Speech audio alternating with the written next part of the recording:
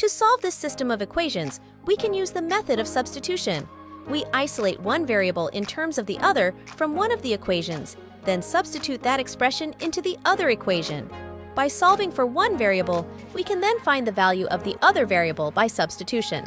In this case, we first isolated nawas x and z in terms of nawas from equation 2, then substituted it into equation 1 to find the value of nawas.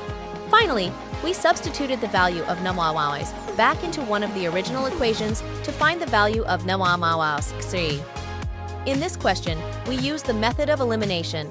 We first multiplied equation 1 by 4 to make the coefficients of nawas in both equations the same. This allowed us to add the equations together, eliminating radical from the system. We then solved for radical, and after finding radical, we substituted its value back into one of the original equations to solve for nawas.